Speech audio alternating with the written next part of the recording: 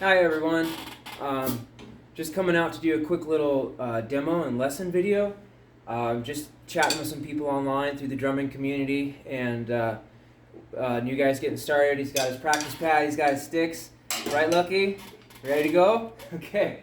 So just, a question on a lot of drummers' minds is like, where do I start? There's so much to do. How do I figure out how this instrument works, how to get my body to cooperate with me, all those kind of things. You don't want to get too lost in the details. You don't want to focus on the trees and miss the forest kind of idea. But I'll quickly just describe some of the technique for it and how you can approach your double so that way you're at least approaching it with the most information that possible. Because it's all about motion. It's up-down motion. They call drummers poets of motion. So I don't know if people have heard that saying before, but it's all up-down motion, right? So we're just learning how to control that up-down motion. And then figuring out, how to use our rudiments to our advantage and get those note values placed accordingly, okay? So, Lucky, this one's for you, all right, buddy? So first one, I'm just going to go over the Forearm Crusher. Fantastic exercise. If all you have is a pad, that's perfectly fine. I do that all the time, where I'll just put my pad on my lap, watching the news, whatever the case may be, drinking a cup of coffee, and I'll just even stomp on the ground. I'll play like this if I'm like playing a pattern, and I'll do 1 and 2 and 3 and 4 and 1 and 2 and 3 and 4 and 1 and 2 and 3 and 4 and 1 and 2 and 3 and 4 and 1. Just on the spot kind of freestyle thing. But you can really approach it that way and still have a lot of fun on the practice pad, okay? So here we go. Forearm Crusher exercise. It's all 16th notes. So quickly reviewing our note values: quarter notes, eighth notes, and 16ths. Quarter notes, 1, 2, 3, 4. It's called our syllable count for the notes. Eighth notes, 1 and 2 and 3 and 4 and. 16th notes, 1 E and a, 2 E and a, 3 E and a, 4 E and a. Okay, so exactly 4 quarter notes, exactly 8 eighth notes, and exactly 16 16th notes, okay? So that's where you count 1 E and a, 2 E and a, 3 E and a, 4 E and a. So this whole exercise is based around 16ths, okay? Starting with single strokes, with your technique, we tell kids it's like holding a baby bird. You don't want to hold it too tight and hurt the baby bird. You don't want to hold it so loose it flies out of your hand, okay? So you're using a cradling motion, and you're letting the stick have that nice like teeter-totter motion, that nice flex. This is our fulcrum, right? Our fulcrum, trigger finger. I use the Weckl grip, so I actually take my front fingers away. There's a reason for that, because once you take your front fingers away and move your fulcrum to your middle finger, you can then flick the sticks all the way back to here. So you get a lot more range of motion. If you're pinching here and you're playing in the front of the stick, that kind of a thing, you're playing in the front, you're like trying to, it's like squashing a bug or something. You want to play the back of the stick. That's where all the control is at, is the back of the stick, okay? So nice loose grip, like holding a baby bird, teeter-totter motion, letting the stick flex, okay, using all your fingers. That's so crucial. I know I was guilty of this when I first started. My rolls would be like that, I would not be using my back 3 fingers, all fulcrum, and I could pull it off for a bit and that kind of buzz rolls, but they don't sound even, they don't sound nice, So playing the back of the stick, that's where all the control is at, okay? And using that nice motion, up, down motion, right? So first one is we're doing the Forearm Crusher, 16ths, single stroke, okay? And right when you get to the 4 E and A of single stroke, you want to transition immediately to then the double stroke bar of 1 E and A, 2 E and A, 3 E and A. Then when you get to the 4 E and A of the doubles, go directly into a single paradiddle, okay? And the single paradiddle is counted as 1 E and A, 2 E and A.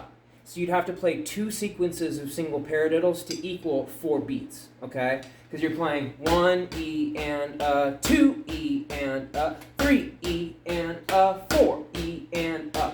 So 2 paradiddles would equal full bar, okay? So putting it all back to back, it would be 1 E and A, 2 E and A, 3 E and A, 4 E doubles, 1 E and A, 2 E and A, 3 and A, 4 E paradiddle, 1 E and A, 2 E and A, 3 E and A, 4 E singles, 1 E and A, 2 E and A, 4 E and A, 1 E and A, 2 E and A, 3 E and A, 4 E and A, 1 E and A, 2 E and A, 3 E and A, 4 E and A. Okay?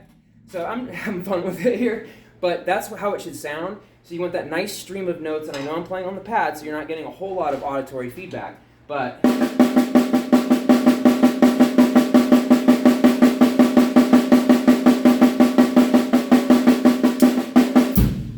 I'm trying to play with this pad on my lap too. It's a little goofy, but you can hear it just that nice, and I was keeping that quarter note pulse going. So, and I know you don't have a kit yet there, Lucky, so, but you want to take, we call it internalizing the pulse or burying the pulse.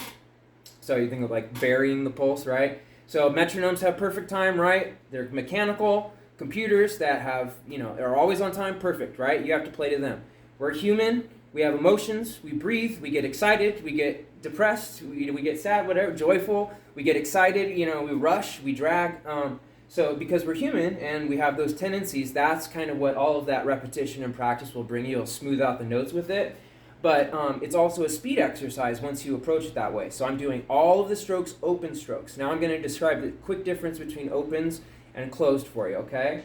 So open strokes are where you're using that nice wrist and fingers motion. Wrist, fingers, wrist, fingers, wrist, fingers for doubles, okay? Opens, nice big, and we call these legato notes. Starts with an L, legato. You can think large or loud, kind of. And then staccato starts with the S, soft or small. So staccato notes close to the head. Legato notes pointing like 12 o'clock, okay?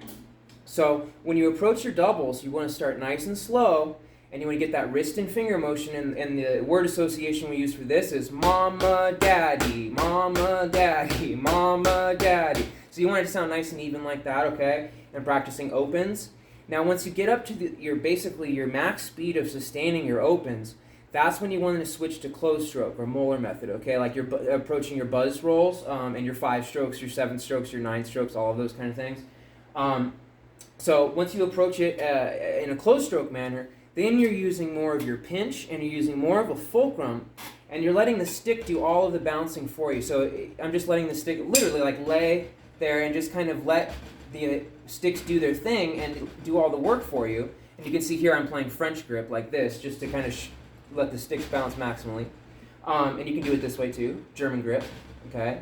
But that'll just get you kind of the feeling of your fingers and the tactile feedback of what it feels like in your fingers to get that fine touch, that fine for your goes, for your rolls, for your doubles. Okay, so you want to sustain it up to your maximum open, and that will build up the muscle. And the forearm crusher is really great for that because it just, you're using basically the 3 most commonly used rudiments or ones that will help you, progress into the other ones. And then you're using it as a speed exercise, and then you're going from open strokes, then you can approach it with closed strokes, okay? So your opens, wrist and fingers, wrist and fingers, wrist and fingers. Closed stroke.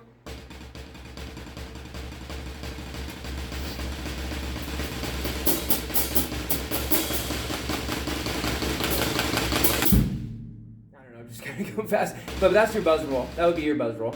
But you see how now I'm using all my fingers, right? So you're letting the sticks do the bounce, and then you're just picking the stick up at the right time after it's done as many as you want, because you want to be able to progress not just doubles, but playing like triplets. 1, 2, 3, 1, 2, 3, or a 4-stroke roll. 1, 2, 3, 4, 1, 2, 3, 4 with one hand. Okay. So my philosophy is kind of like anything you can play with 2 hands, you should try to accomplish playing with 1 hand. It just makes getting around the kit easier when you do get a kit. So, doing things like, that's practicing for your closed stroke and your nice finesse stroke. And you can see here, it's really just letting the stick do the bounce, and my wrist is not moving a whole lot, if at all. It's remaining pretty stationary, and it's my pinch and my use of my back fingers that's letting the stick do that bounce, and then picking the stick up right at the right time. So that's kind of, and for me, I was really confused with this stuff when I first started. It's just like a roll is a roll and a double is a double, and so getting them out in different sequences, because you never know, if you're playing on a floppy surface like a tom head, you're going to be using more of an open stroke figure, right, to get those notes out. If you're on a snare and you're doing, ghosts,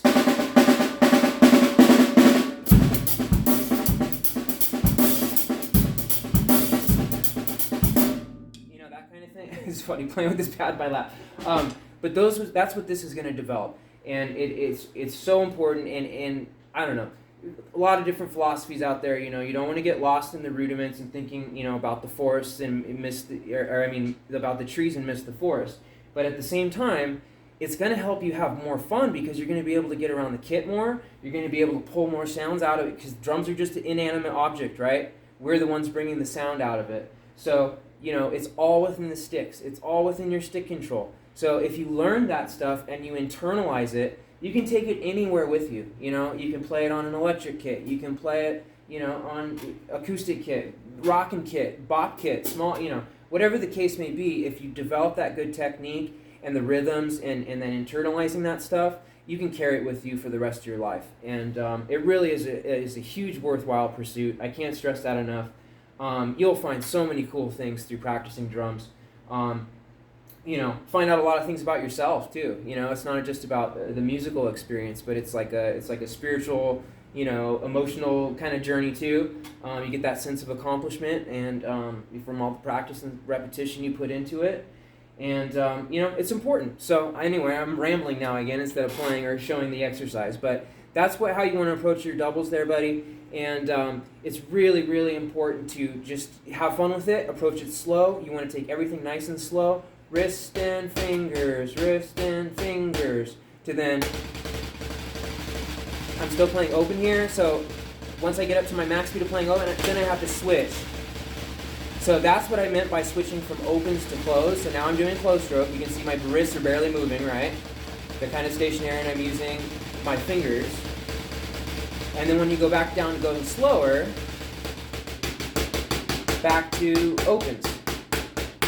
So that's kind of the difference between the opens and the close. And you want to get your opens as fast as you start slow. Increase, slowly increase, slowly increase, slowly keep going, keep going, switch. That kind of thing. So once you develop the technique with it, it just gets easier and easier and easier. All right, guys. So hope you enjoy, bud. Just did that video for you. You're cool, man. Welcome to the community. Hope you have fun on your pad. You can practice so many great things. So just remembering your single strokes, right, left, right, left, right, left. Sixteenths, 1 E and a 2 E and a 3 E and a 4 E and a. Your doubles, right, right, left, left, right, right, left, left. Wrist and fingers for open. Closed. Okay? Then your single paradiddle is a right, left, right, right, left, right, left, left. And the way you want to anchor your paradiddles is 1 E and a 2 E and a. So your accenting basically beats 1 and 2. If you're playing it in 2/4, you just count 1 E and a 2 E and a 1 E and a 2 E and a 1 E and a 2 E and a. But the paradiddle is the paradiddle. Paradiddle, right? So you're doing 1 E and a, 2 E and a. That's how you're counting your paradiddles, okay? And it's really important to kind of, use those accented strokes to your advantage, especially with your paradiddles, because it's going to give you that rebound you need for the double strokes that come out after.